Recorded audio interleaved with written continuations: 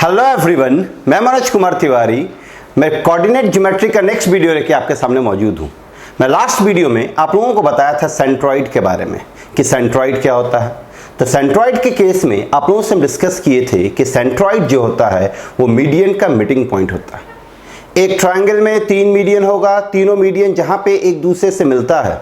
एक ट्रायंगल में 3 मीडियन होगा, तीनों मीडियन जहां पे एक दूसरे से मिलेगा वो आपका कहलाता है सेंट्रॉइड। फिर सेंट्रॉइड का हम फॉर्मूला डिराइव किए थे। सेंट्रॉइड का फॉर्मूला हम बताए थे कि अगर ए का कोऑर्डिनेट x1 y1 है, बी का कोऑर्डिनेट x2 y2 है और सी का कोऑर्डिनेट x3 y3 है, तो सेंट्रॉइड का जो फॉर्मूला होता है वो x1 + x2 + x3/3 और y1 + y2 + y3/3। फिर हम आपको बताए थे कि जो सेंट्रॉइड है वो मीडियंस को 2:1 के रेशियो में डिवाइड करता है और जो मीडियन है वो अपोजिट साइड्स को इक्वल पार्ट में डिवाइड करेगा।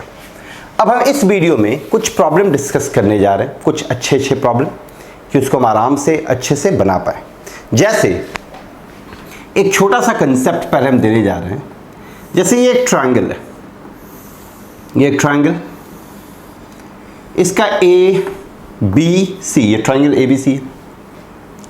इस ट्रायंगल का तीनों साइड का मिड पॉइंट गिवन है। इसका मिड पॉइंट हम मान देते हैं कि आपका x1 y1 है।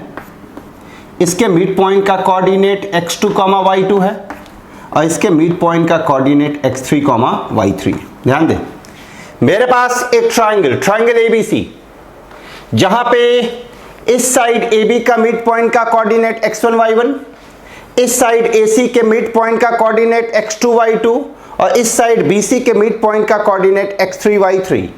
तो इन तीनों पॉइंट के मदद से आपको A, B और C का वर्टेक्स निकालना, मतलब A, B और C का कोऑर्डिनेट निकालना है। A, B और C का कोऑर्डिनेट।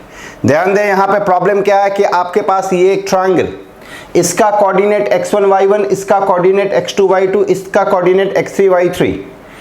अब इन तीनों मिड पॉइंट के मदद से आपको A, B और C का वर्टेक्स निकालना।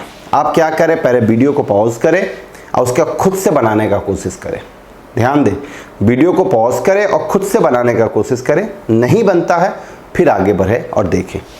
गौर करें, हम यहाँ पे ABC का कोऑर्डिनेट निकाल रहे हैं, तो हम मान देते हैं A का कोऑर्डिनेट है α1 β1, B का कोऑर्डिनेट हम मान देते हैं α2 β2 और C का कोऑर्डिनेट α3 और β3।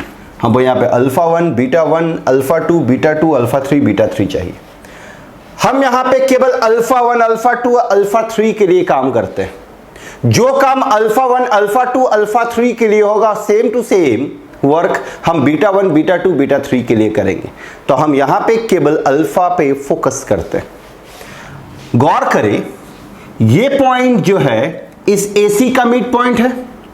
तो अगर ये पॉइंट इस AC का मिड पॉइंट है, मिड पॉइंट का फॉर्मूला क्या होता है, x1 + x2/2, y1 + y2/2। Mid point का फॉर्मूला क्या होता है, x1 + x2/2 और y1 + y2/2। तो इन दोनों पॉइंट के मदद से, मतलब ये x2 जो है α1 α3 का मिड पॉइंट है। तो अगर α1 α3 का मिड पॉइंट है तो मिड पॉइंट का फॉर्मूला α1 + α3/2 = आपका क्या बनेगा, x2 बनेगा। तो यहां से आप खुद देखें, α1 + α3 जो है ये आपका 2x2 बना। इसको हम इक्वेशन 1 माने। सेम तरीके से इसका मिड पॉइंट x1 है, तो इसका मिड पॉइंट अगर x1 है तो ये α1 α2 होगा। तो यहां पे आप देख सकते हैं α1 + α2/2 आपका किसके बराबर होगा, x1 के बराबर हो जाएगा। तो यहां से हम α1 + α2 को कह सकते हैं कि ये 2x1 है। इसको हम इक्वेशन 2 माने। फिर यहां पे देखिए x3 जो है इस BC का मिड पॉइंट है। तो अगर x3 इस BC का मिड पॉइंट है तो यहां पे हम कह सकते हैं कि α2 + α3/2 = what, x3। तो यहां से α2 + α3 जो होगा वो 2x3 के बराबर होगा और ये इक्वेशन 3 हो गया। मेरे पास यहां पे 3 इक्वेशन आया। तीनों इक्वेशन को हम मिड पॉइंट के मदद से निकाले। यहां पे α1 + α3 किसके बराबर है, 2x2 के बराबर। α1 + α2 किसके बराबर है, 2x1 के बराबर। और α2 + α3 किसके बराबर है, 2x3 के बराबर। अब हम यहां पे equation 1 plus equation 2 plus equation 3 करते हैं। ध्यान दें, हम यहाँ पे इन तीनों इक्वेशन को जोड़ते हैं। तो अगर इन तीनों इक्वेशन को जोड़ेंगे तो देखिए यहाँ पे अल्फा 1 है, यहाँ पे अल्फा 1 है, तो अल्फा 1 प्लस अल्फा 1 मिलके क्या बन जाएगा आपका 2 अल्फा 1 बनेगा, प्लस यहाँ पे देखिए अल्फा 3 है और यहाँ पे आपका अल्फा 3 है, अल्फा 3 अल्फा 3 मिलके क्या बनेगा 2 अल्फा 3।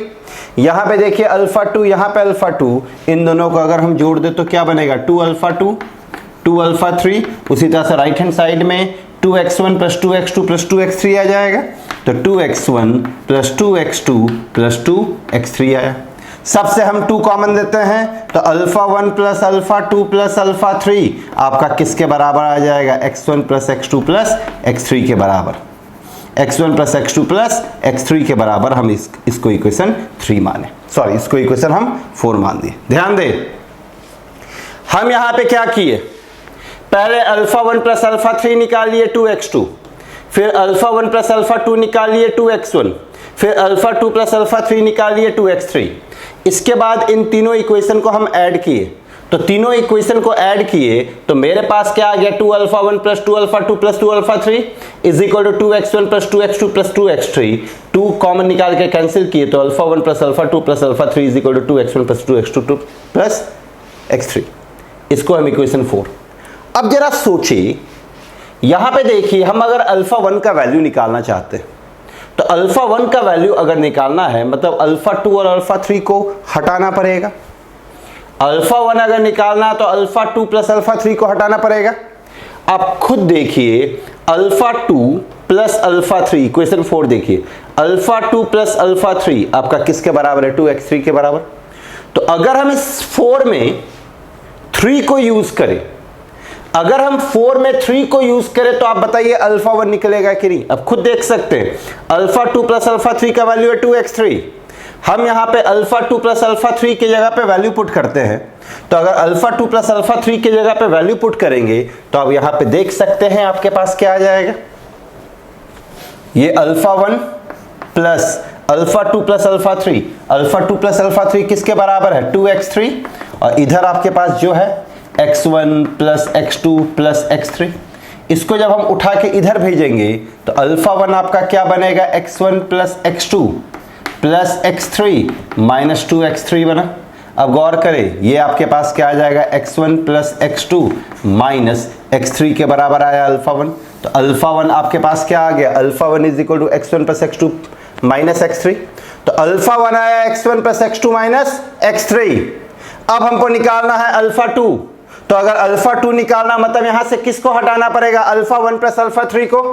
आप देख सकते हैं यहां पे अल्फा 1 प्लस अल्फा 3 है, तो हम यहां से अल्फा 1 प्लस अल्फा 3 को हटाना है। तो यहां पे आप देखिए अल्फा 1 प्लस अल्फा 3 का वैल्यू क्या है 2x2, अल्फा 1 प्लस अल्फा 3 का वैल्यू क्या है 2x2। तो हम अल्फा 1 प्लस अल्फा 3 के जगह पे 2x2 रखते हैं, मतलब हम इक्वेशन 1 को यूज करने जा रहे हैं इक्वेशन नंबर 4 में। तो अगर इक्वेशन 1 को हम इक्वेशन नंबर 4 में यूज करेंगे तो आप खुद यहां पे देख सकते हैं ये क्या बन जाएगा आपके पास अल्फा 1 प्लस अल्फा 3, तो अल्फा 1 प्लस अल्फा 3 के यहाँ पे 2x2, तो 2x2 प्लस ये alpha 2 is equal to x1 plus x2 plus x3, तो x1 plus x2 plus x3। इसको उस साइड हम ले जाएं तो अल्फा 2, गौर कीजिए ये x1 आएगा, ये जब उधर जाएगा तो यहाँ पे x2 है माइनस 2x2, तो क्या बन जाएगा माइनस x2 प्लस x3। तो यहाँ से आपके पास किसका वैल्यू आ गया अल्फा 2 का वैल्यू आ गया। अल्फा 2 का वैल्यू क्या आया x1 minus x2 plus x3, x1 minus x2 plus x3। तो अल्फा 1 निकल गया, अल्फा 2 निकल गया। अब हमको निकालना है अल्फा 3 का वैल्यू, तो अगर अल्फा 3 का वैल्यू निकालना है मतलब अल्फा 1 प्लस अल्फा 2 को हटाना पड़ेगा। अल्फा 1 प्लस अल्फा 2 का वैल्यू देखिए 2x1 है, अल्फा 1 प्लस अल्फा 2 का वैल्यू किसके बराबर है 2x1 के बराबर। तो अल्फा 1 प्लस अल्फा 2 की जगह पे 2x1 रखेंगे, तो अगर हम अल्फा 1 प्लस अल्फा 2 की जगह पे 2x1 रखें तो यहां पे देखिए क्या बनेगा अल्फा 1 प्लस अल्फा 2 की जगह पे 2x1, तो 2x1 plus alpha 3 is equal to इधर x1 plus x2 plus x3 है। ये जब उस साइड जाएगा तो अल्फा 3 क्या बनेगा minus x1 plus x2 plus x3। तो आपके पास अल्फा 3 जो आ गया वो क्या आ गया minus x1 plus x2 plus x3। तो जिस तरह से हम अल्फा निकाल रहे हैं, ठीक वही प्रोसेस से हम किसके लिए जाएंगे, बीटा। हम यहां पे अल्फा 1 अल्फा 2 अल्फा 3 के लिए क्या यूज किए हैं, एक्स कोऑर्डिनेट, क्योंकि alpha 1 alpha 2 alpha 3 x coordinate है वर्टेक्स का। तो बीटा 1 बीटा 2 बीटा 3 क्या होगा, वाई कोऑर्डिनेट। तो सेम प्रोसेस हम वाई के लिए करेंगे। तो ये तरीका है, यही तरीका आपका हर बुक में दिया हुआ है, जो कि आप देख सकते हैं कितना लंबा है। एक्स के लिए इतना लंबा गया तो वाई के लिए सोचिए इतना ही लंबा और जाएगा, तो ये कितना लंबा प्रॉब्लम हो जाएगा। लेकिन हम इसका एक बहुत अच्छा तरीका बता रहे हैं जिससे आप डायरेक्ट बना सकते हैं। यहां पे थोड़ा आपको ऑब्जर्व करना पड़ेगा। ऑब्जर्व क्या करना है, यहां पे आप देख सकते हैं ये अल्फा 1 का वैल्यू है, ये अल्फा 2 है और ये अल्फा 3 है, बाकी को हम हटा देते हैं। प्रोसेस लेकिन आना समझना जरूरी है, क्योंकि यही आपका मेन कंसेप्ट है जो प्रोसेस होता है। अब जरा गौर करें सभी लोग, यहां पे हो क्या रहा, मेरे पास ये एक ट्रायंगल का मिड पॉइंट गिवन है, ट्रायंगल का मिड पॉइंट गिवन है। अल्फा 1 हम निकाल रहे हैं। अल्फा 1 देखिए मेरे पास क्या है, x1 plus x2 minus x3। तो x1 plus x2 minus x3 alpha 1 आया। उसी तरह से अगर बीटा 1 की बात करें तो बीटा 1 क्या आ जाएगा, y1 plus y2 minus y3। Alpha 2 देखिए यहां पे है, अल्फा 2 आपके पास क्या है, x1 minus x2 plus x3। अगर हम बीटा 2 की बात करेंगे तो y1 minus y2 plus y3 होगा। अल्फा 3 यहां पे देख सकते हैं आप, अल्फा 3 क्या है, minus x1 plus x2 plus x3। और अगर हम बीटा 3 की बात करेंगे तो minus y1 plus y2 plus y3। अब जरा गौर करें, थोड़ा सा टेक्निकली इसको अगर हम सोचें तो देखिए ये कोऑर्डिनेट हमको निकालना है, ये और ये तीनों पता है। तो ये वर्टेक्स जो है, ये वर्टेक्स किससे बन रहा है, इस लाइन से और इस लाइन से बन रहा है। ये वर्टेक्स किससे बन रहा है, इस लाइन से और इस लाइन से। तो आप गौर करें, इस लाइन पे कोऑर्डिनेट ये है, इस लाइन पे कोऑर्डिनेट ये है, तो दोनों के x कोऑर्डिनेट को जोड़ दे। देखिए x1 प्लस x2, दोनों के x कोऑर्डिनेट का एडिशन हुआ और इसके अपोजिट जो है, अपोजिट कौन है, x3, वो सब्ट्रैक्ट हुआ। हमको अगर a निकालना है, a इससे और इससे बन रहा है, इस लाइन और इस लाइन से बना है, तो इस पे कोऑर्डिनेट है x1, इस पे कोऑर्डिनेट है x2, तो इन दोनों को ऐड करें, x1 प्लस x2 आया, इसके अपोजिट में जो उसको सब्ट्रैक्ट करे माइनस x3 आया। गौर करें b किससे बन रहा है, इस लाइन से और इस लाइन से बना है। तो b का x कोऑर्डिनेट निकालना, तो इसको ऐड करेंगे तो x1 प्लस x3 और ये माइनस में जाएगा माइनस x2। अब देखिए x1 plus x3 minus x2। यहां पे गौर करें, ये c निकालना हमको, तो c इस वर्टेक्स से और इस वर्टेक्स से बना है, सॉरी इस साइड और इस साइड से बना है। तो इस साइड पे ये पॉइंट है, इस साइड पे ये पॉइंट है, इस साइड पे ये पॉइंट और इस साइड पे ये पॉइंट। तो इसका कोऑर्डिनेट क्या बनेगा, x2 plus x3, x2 plus x3। इसके अपोजिट में कौन है, x1। तो देख सकते हैं x2 plus x3 minus x1। मतलब कि अगर आप इसको याद रखना चाहें तो बहुत आसानी से याद कर सकते हैं, और आपको याद रखना भी है क्योंकि ये शॉर्टकट का काम करेगा। सिंपल है, ये इन दोनों के मदद से बना तो इन दोनों को जोड़ेंगे, इसके अपोजिट में ये तो माइनस करेंगे, x1 plus x2 minus x3। ये इन दोनों साइड के मदद से बना तो इन दोनों को प्लस करेंगे, इसके अपोजिट में जो माइनस, इसके अपोजिट में ये तो ये माइनस में जाएगा, ये दोनों प्लस में जाएगा। सिंपल। अगर आप इस कंसेप्ट को यूज करें तो आप किसी भी प्रॉब्लम को, इस टाइप के प्रॉब्लम को 10 सेकेंड के अंदर बना सकते हैं। कैसे 10 सेकेंड के अंदर बना देंगे, जैसे आपके पास ये एक ट्रायंगल है, इसका मिड पॉइंट है 1 2, इसका है 3,6 और इसका आप रखें -2,3। हमको ये पॉइंट निकालना है, ये तीनों मिड पॉइंट है तो तुरंत आप निकाल सकते हैं। ये पॉइंट निकालना तो 1 + 3 माइनस और ये माइनस, तो मिलके क्या बना, प्लस। Y coordinate 2 + 6 -3। इधर क्या बनेगा आपका 1 - 2 -3।